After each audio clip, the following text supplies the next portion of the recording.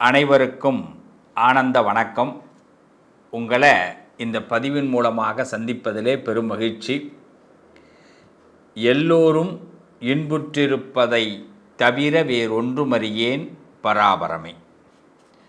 சொல்கிறதெல்லாம் நல்லா தாங்க இருக்குது. ஆனால் நாங்கள் எல்லாரும் சந்தோஷமாக இருக்கணும்னு தான் நினைக்கிறோம். ஆனால் பல சூழ்நிலைகள் எங்களுக்கு அந்த சந்தோஷத்தை கொடுக்க மாட்டேங்குது. நாங்கள் என்ன செய்கிறது அப்படிங்கிறது தான் என்னுடைய உறவுகளுடைய கேள்வி. தனம் தரும், கல்வி தரும், ஒரு நாளும் தளர்வு அறியா மனம் தரும், தெய்வ வடிவம் தரும், நெஞ்சில் வஞ்சமில்லா இனம் தரும், நல்லெனவெல்லாம் தரும், அன்பர் என்பவர்க்கே கணம் தரும், பூங்குழலால் அபிராமி கடை கண்களே. இந்த வார்த்தையில் ரொம்ப அருமையான ஒரு வார்த்தை, தளர்வு அறியா மனம் தரும். இந்த தளர்வு அறியாத ஒரு மனம், நம்ம மனசு என்றைக்கும் தளர்ந்துடக்கூடாது. இன்றைக்கி நம்ம எதை சந்திக்க போகிறோம், எதை பற்றி பேச போகிறோம் அப்படின்னா, கா மு கா பி. இது என்னங்க புதுசாக இருக்குன்னா, ரொம்ப சிம்பிள். ஒரு மனிதனுடைய வாழ்க்கை, அது ஆணாக இருக்கட்டும் பெண்ணாக இருக்கட்டும், கல்யாணத்துக்கு முன்னாடி சிலருக்கு சந்தோஷம் இருக்கும், கல்யாணத்துக்கு பிறகு சந்தோஷம் இருக்காது. சிலருக்கு கல்யாணத்துக்கு முன்னாடி சந்தோஷம் இருக்காது, கல்யாணத்துக்கு பிறகு சந்தோஷம் இருக்கும். இதை இப்படி எடுத்துக்கலாம். இன்னொரு விதத்துலையும் இதை எடுத்துக்கலாம், எனக்கு ஏன் கல்யாணம் நடக்கலை, எனக்கு ஏன் கல்யாணம் நடந்தது. இப்போ ரெண்டையும் எடுத்துக்கணும். இப்போ ரெண்டு பக்கம், மொத்தம் 4 கேள்வி வச்சுருக்குறோம். கல்யாணத்துக்கு முன்னாடி என்னுடைய சந்தோஷம் இருந்தது, கல்யாணத்துக்கு பின்னாடி என் சந்தோஷம் போயிட்டு, அப்படிங்கிறவங்க இந்த பதிவை தொடருங்க. அடுத்தது, எனக்கு ஏன் கல்யாணம் ஆகலை அப்படிங்கிறவங்க அந்த பதிவை தொடருங்க. கல்யாணம் ஏன் சார் எனக்கு ஆனது அப்படிங்கிறவங்களும் இந்த பதிவை தொடருங்க. மொத்தம் 4 மனிதர்களுக்கு இதை பற்றி பேச போகிறோம். இது எல்லாமே அவ்வளோதான், ஃபேக்ட் எழுதியிருக்கிறான்ப்பா. எல்லாம் பிரம்ம என்ன பண்ணுறான், நம்ம சந்தோஷமாக எப்போ இருப்போன்னு பார்க்குறான். இவனுடைய சந்தோஷம்னு இவன் ஒன்று முடிவு பண்ணுறான்டா. யார்? கடவுள் முடிவு பண்ணுறாரு, பிரம்மன் முடிவு பண்ணுறாரு. மனுஷனை பார்த்து இவனுக்கு ஒரு சந்தோஷம்னு ஒன்று முடிவு பண்ணுறான். அதை சந்தோஷம் ஆக்கிறதா சந்தோஷம் இல்லாமல் ஆக்கிறதாங்கிறது நான் முடிவு பண்ணணும் அப்படின்னு பிரம்மன் முடிவு பண்ணி சில பேருக்கு நல்லா எழுதுகிறான், சில பேருக்கு கிறுக்கிறான், சில பேருக்கு கிறுக்கி விட்டு திருப்பி நல்லா எழுதுகிறான். இப்போ நமக்கெல்லாம் அதை எப்படி எழுதியிருக்கிறான், சார் எனக்கு நல்லா எழுதலை, கிறுக்கிட்டான், ஆனால் நான் எப்படி அதை மாற்றிக்கலாம் அப்படிங்கிறத பற்றி தான் இப்போ பேச போகிறோம். சார் எனக்கு எழுதவே மறந்துட்டான் சார், அதை நான் இப்போ எப்படி அவனை திருப்பி ஞாபகப்படுத்தி, தம்பி கொஞ்சம் பார்த்து எழுதி விட்றா, நானும் என்னடா பண்ணுறது உலகத்தில் இப்படி ஒண்டி கட்டியாகவே இருக்கிறேனே அப்படின்னும் சொல்ல வேண்டிய வாய்ப்பு. சார் நான் எனக்கு எழுதுனான் சார், எழுதும் போது தப்பாக எழுதியிருக்கிறான் சார், ஏண்டா கல்யாணம் பண்ணணுன்னு இருக்குது, இப்படி நினைக்கிறவங்க இருக்காங்க. ஸோ இப்போ இதையெல்லாம் சேஞ்ச் பண்ணணும். இதெல்லாம் நான் ஏதாவது ஒரு கட்சி ஆரம்பித்து, நான் அரசியலுக்கு ஒரு கட்சி ஆரம்பித்து ஒரு சிஎம் ஆன பிறகு ஒரே கையெழுத்தில் இதை மாற்றிட்டு போக முடியுமா? முடியாது. நான் பிரைம் மினிஸ்டர் ஆனாலும் ஒரு கையெழுத்தில் மாற்ற முடியாது. அப்போ இந்த உலகத்தில் இருக்கிற ஒரு மனிதரால், ஒரு தலைமையால் மாற்ற முடியாத சில பிரச்சனைகள் இருக்குது. குடும்ப வாழ்க்கையில் ஒரு மனுஷன் நிம்மதியாக இல்லாமல் இருக்கிறதுக்கும், நிம்மதியாக இருக்கிறதுக்கும், ஏன் குடும்ப வாழ்க்கைக்குள்ளே போனேங்கிறதுக்கும், ஏன் குடும்ப வாழ்க்கை எனக்கு கிடைக்கலைங்கிறதுக்கும் யாரையுமே குறை சொல்ல முடியாது. நம்ம ஜாதகம், நம்ம வாங்கின வரம், நம்ம தலையில் எழுதியிருக்கிற எழுத்து, இது என்னன்னு தெரிஞ்சுக்கிட்டு அதுக்கு தகுந்த மாதிரி ஒரு பயணத்தை மேற்கொண்டோம்னா தப்பிச்சுக்கலாம். தப்பிக்க வழி இருக்குப்பா brothers and sisters, don't worry, கண்டிப்பாக இருக்குது. இதுக்கு ஒரு 7 விஷயத்தை நம்ம கடைப்பிடிக்கணும். அது என்ன 7 விஷயம்னு ஒவ்வொரு ராசிக்கும் நான் சொல்ல போகிறேன், தனித்தனியாக சொல்ல போகிறேன். இது கடைசியில் நீங்கள் பார்த்துக்கலாம். அதுக்கு முன்னாடி இப்போ பதிவுக்குள்ளே போயிடலாம் வாங்க. மேஷத்திற்கு ஏன் திருமண வாழ்க்கை சிக்கலாகிறது? மேஷத்திற்கு ஏன் திருமண வாழ்க்கை அமைய மாட்டேங்குது, மேஷத்துடைய திருமண வாழ்க்கையை எப்படி சாமி நான் சரி பண்ணுறது, மேஷத்துடைய திருமண வாழ்க்கை மூலமாக நான் ஏதாவது ஒன்று நல்லது பண்ணணும்னா நான் என்ன பண்ணுறது, இதை தான் நம்ம கேள்வியாக வைக்கிறோம். வாழ்க்கை ஒரு மாறுபட்ட வாழ்க்கை ஓட்டத்தை கொடுக்குது. மாறுபட்ட வாழ்க்கை ஓட்டம் ஒவ்வொரு மனுஷனுக்கும் ஒவ்வொரு விதமான ஓட்டம். இவனுக்கு இருக்கிறது அவனுக்கு இருக்காது, அந்த பொண்ணுக்கு இருக்கிறது இந்த பொண்ணுக்கு இருக்காது. ஒரு 5 மேஷராசி இருப்பாங்க. ஆனால் 5 மேஷராசிக்காரவங்கள்ட்டையும் ஒரு விஷயம் மட்டும் ஒன்றா இருக்கும், ஒரே மாதிரி இருக்கும். 100 மேஷராசி இருந்தாலும் ஒரே மாதிரி இருக்கும். ஆனால் மற்றது எல்லாமே மாறுபடும். எப்படின்னா அதுதான் கர்மா. இந்த ஒன்று மட்டும் எதுங்க கரெக்டாக இருக்குது அப்படின்னா கல்யாண வாழ்க்கைனால எனக்கு சந்தேக வாழ்க்கை தாங்க. மேஷத்திற்கு எப்படி இருந்தாலும் கல்யாணம்னு ஒன்று நடந்துருச்சுன்னா கணவன் மனைவிக்குள்ளே ஒரு சின்ன சந்தேகம் இருந்தே தீரும். நீங்கள் எப்பேற்பட்ட மனைவியை கல்யாணம் பண்ணாலும் சரி, எப்பேற்பட்ட கணவனை கல்யாணம் பண்ணாலும் சரி, அவர்கள் மீது உங்களுக்கு ஒரு நம்பிக்கை இல்லாத தீர்மானத்தை ஒரு காலகட்டத்தில் நீங்கள் கொண்டு வந்தே தீரணும். காரணம் என்னென்னா, மேஷத்திற்கு 5வது வீடு யாருன்னா சிம்மம். இந்த 5th பிளேஸ் பூர்வீக புண்ணியஸ்தானம். 7வது வீடு துளாராசி சுக்கிரனுடைய வீடு. 5க்கு அதாவது மேஷத்தில் உச்சம் பெற்றவன் 5ஆம் இடத்தில் ஆட்சி பெற்று 7ஆம் இடத்தில் நீசமாயிடுவான். ஆவதும் பெண்ணாலே மனுஷன் அழிவதும் பெண்ணாலே. எஸ், இந்த ஒரு பாட்டை மட்டும் எடுத்துக்கங்களேன். இது இந்த ஒரு பெண் எங்கேயாவது ஒரு இடத்துலேருந்து நம்ம லைஃப்குள்ளே என்ட்ரி ஆகிடுவான். அதே மாதிரி தான் இது பெண்களுக்கும் அதே மாதிரி தான். இது மேஷராசியில் பிறந்த ஆண்களுக்கு மட்டும் இல்லை, பெண்களுக்கும் நல்ல ஒரு ஃப்ரெண்டு கிடைப்பாங்க. ஒரு பெண்மணி ஃப்ரெண்டாக இருப்பாங்க. அந்த பெண்மணிக்கு ஒரு ஆண் ஃப்ரெண்டு இருப்பாங்க. அந்த ஆண் ஃப்ரெண்டால் நம்ம வாழ்க்கையில் சில பிரச்சனை ஏற்படும். நம்ம ஒரு பெண் பிள்ளைகிட்ட தான் பழகிறோம், சந்தோஷம்தான். அவங்களுக்கு ஒரு ஃப்ரெண்டு இருப்பாங்க, அவங்க நம்மள்கிட்ட பேசுவாங்க.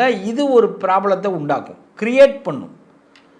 அப்போ யாரோ ஒரு பெண் நம்ம வாழ்க்கையில் இந்த மேஷராசிக்காரவங்க லைஃப்பில் உள்ளே வருவாங்க. அதனால தான் சொல்கிறான், ராசியில் உச்சம் பெற்றவன் 5ஆம் இடத்துல போய் ஆட்சி பெற்று 7ல் நீசமாக போயிட்டான். எங்கே பேர் எடுக்கணுமோ அந்த இடத்துல மேஷராசிக்காரவங்க கை கட்டி நிற்கிற மாதிரி இருக்கும். நிறைய வீட்டில் ஆண்களை பாருங்கள், தன்னுடைய மனைவி கிட்ட எதுவுமே பேச முடியாது, கை கட்டி நிற்கிற மாதிரி இருக்கும். ஆனால் அதுக்கு முன்னாடி பேசியிருப்பாங்க, நீ யார் நான் யார், என்ன சண்டை என்ன வேணாலும் பார்த்துடலாம். ஆனால் ஒரு கட்டத்துக்கு பிறகு சாமி விட்டா போதும், நீ என்ன முடிவு பண்ணுறியோ முடிவு பண்ணிக்கோ. ஒன்று ஒதுங்கி இருப்போம், இல்லையா ஒத்து போயிடுறேன். ஒதுங்கி இருப்போம்னா ஒரே வீடாக தான் இருக்கும், பேச்சுவார்த்தை கூட இருக்காது. ஆனால் வெளி உலகத்தில் பார்த்தீங்கன்னா 2 பேரும் அப்படி ஒரு கப்புள்ஸாக இருப்பாங்க.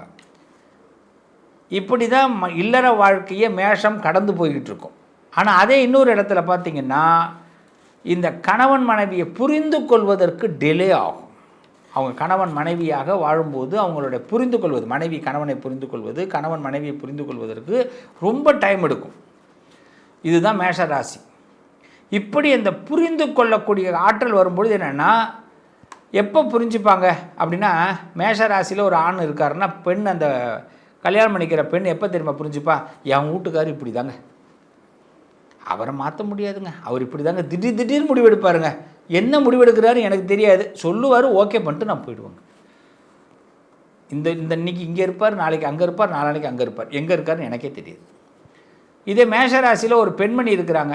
இப்போ இந்த வீட்டுக்காரர் முடிவெடுப்பார், ரொம்ப நாள் கழித்து புரிஞ்சுப்பார், என் வீட்டம்மா எடுத்த முடிவு கரெக்டு தாங்க, அது முதல்ல புரியாதுங்க, அந்த அம்மா என்ன முடிவெடுக்குதுன்னு நமக்கு புரியாது, அது அப்புறமா நானாக புரிஞ்சுப்பேங்க, அதுக்கு தான் இவன் முடிவெடுத்துருக்கிறா அப்படின்னு. அதை முதல்ல புரியாமல் சண்டை போட்டேங்க, இப்போ நான் புரிஞ்சுக்கிட்டேங்க, ஆல்ரெடி அவள் என்ன முடிவெடுத்தாலும் மாற்ற போகிறது இல்லை, நம்ம அதோட வாழ்க்கையை நம்ம கொண்டு போயிடுவோம் அப்படின்னு. அப்போ இந்த மேஷராசிக்காரங்க கல்யாண வாழ்க்கை எப்படி அமையும்? சரி, கல்யாணமே நடக்கலைங்க, மேஷராசிக்கு கல்யாணமே வரமாட்டேங்குது, என்ன செய்யலாம் அப்படின்னா, மேஷராசிக்காரர்கள் அவர்களுக்கு ரொம்ப சின்ன வயசுலேயே, எப்பயுமே மேஷராசிக்காரவங்களுக்கு சின்ன வயசுலேயே என்னென்னா காதல் வந்துடும், அன்பு வந்துடும், அது ஒரு ஈர்ப்பு வந்துடும், அதில் ஃபெயிலியர் ஆகிடுவாங்க 99%. முதல் காதல் கொஞ்சம் சிரமத்தை கொடுத்துரும். முதல் பெயின் அது சின்ன வயசில் கூட வரும், பள்ளிக்கூட வயசில் கூட வரும். அந்த முதல் பெயின் தாங்க நிறைய இடத்துல பாதிப்பை ஏற்படுத்தும். அந்த இடம் என்ன ஆகுதுன்னா, அந்த கல்யாண வாழ்க்கைங்கிறது ஏறத்தாழ அவங்க கல்யாண வாழ்க்கையை ஒரு மானசீகமாக கொண்டு போயிடுவாங்க. உலகத்திலேயே அதுதான் உலகமானது, அது ஆணாக இருக்கட்டும் பெண்ணாக இருக்கட்டும். அங்கே அவங்க ஃபெயிலியர் ஆகி திருப்பி நெக்ஸ்ட்டு சக்ஸஸ் ஆகிறதுக்கு ரொம்ப டைம் எடுக்குங்க. அதில் சில பேருக்கு பார்த்திங்கன்னா ஃபெயிலியர் ஆன அடுத்த வினாடி இன்னொரு சக்ஸஸ் ஆகிறதுக்கு சான்சஸ் இருக்குது. அது ஒரு சில ஜாதகம் மட்டும்தான். அதனால தான் கல்யாண வாழ்க்கையில் சின்ன வயசுலேயே என்ன ஆகிடக்கூடாது, நமக்கு ஏதாவது ஒரு சிரமம் வந்துருச்சு, ஒரு காதல் வந்து அது தோல்வி ஆகிட்டுன்னா அடுத்த உடனடியாக அந்த காதல் தோல்வியில் ரொம்ப நாள் இருந்துடக்கூடாது, அதை மறந்துட்டு கல்யாணம் பண்ணுறதுக்கு தயாராகிடணும். இதை தெரிஞ்சுக்கிங்க மேஷராசிக்காரங்க. அதனால தான் பல பேரோட மேஷராசிக்காரங்க இன்னும் வாழ்க்கையில் நிறைய பேர் கல்யாணம் ஆகாமல் போகிறதுக்கு காரணம்னா, அந்த தோல்வியை தாங்க முடியாமல் கொஞ்ச நாள் வாழ்ந்ததுனால திருப்பி அதுக்கு நமக்கு லைன் கிடைக்க மாட்டேங்குது. இப்போ அவங்க என்ன பண்ணணும், பெரிய மனுஷங்களோட தொடர்பு, பெரிய மனிதர்களோட நட்பு. இப்போ பார்த்தீங்கன்னா உங்கள் வயசை விட பெரிய மனிதர்கள் யாரெல்லாம் இருக்காங்களோ அவங்களுடைய ஃப்ரெண்ட்ஷிப் வச்சுக்கோங்க. இது எப்படின்னா, பெரிய பெரிய விஐபிகள். எப்பயுமே மேஷராசிக்காரவங்க கீழே உள்ளவங்கள்ட்ட பழகிறத விட மேலே உள்ளவங்க, அதாவது சார் இவரெல்லாம் உங்களுக்கு தெரியுமா அப்படி கேட்கணும். ஒரு லேடி மேஷராசியில் பிறந்தால் கூட அந்த ஊரில் இருக்கக்கூடிய விஐபிகள் எல்லாரையும் தெரியணும் உங்களுக்கு. உங்களுக்கு என்னென்னா, நீங்கள் அந்த அளவுக்கு உங்களை டெவலப் பண்ணிக்கணும். அப்போ நீங்கள் தான் உங்களை வளர்ச்சிக்கு கொண்டு போகும்போது தான் உங்களுடைய வாழ்க்கை ஆரம்பமாகுது. அப்போ பிரபலமாகும்போது தான் இல்லற வாழ்க்கையும் நல்லாயிருக்கும். இது ஒரு பக்கம். இப்போ இன்னொரு செய்தியை சொல்கிறேன். இந்த மேஷராசியில் கல்யாண வாழ்க்கை ரொம்ப டவுன் ஆகிறதுக்கு நான் 2 காரணம் சொன்னேன். 5ஆம் இடம் 7ஆம் இடம். இப்போ 5ஆம் இடம் 7ஆம் இடத்தை சரி பண்ணுறதுக்கு என்ன பண்ணலாம் அப்படின்னா, பொதுவாக மேஷராசிக்காரவங்க ஞாயிற்றுக்கிழமையில் அவசியம் சிவபெருமான வழிபாடு பண்ணுங்கள். அதுவும் அம்பாளை வழிபாடு பண்ணணும், சிவனையும் அம்பாளையும்.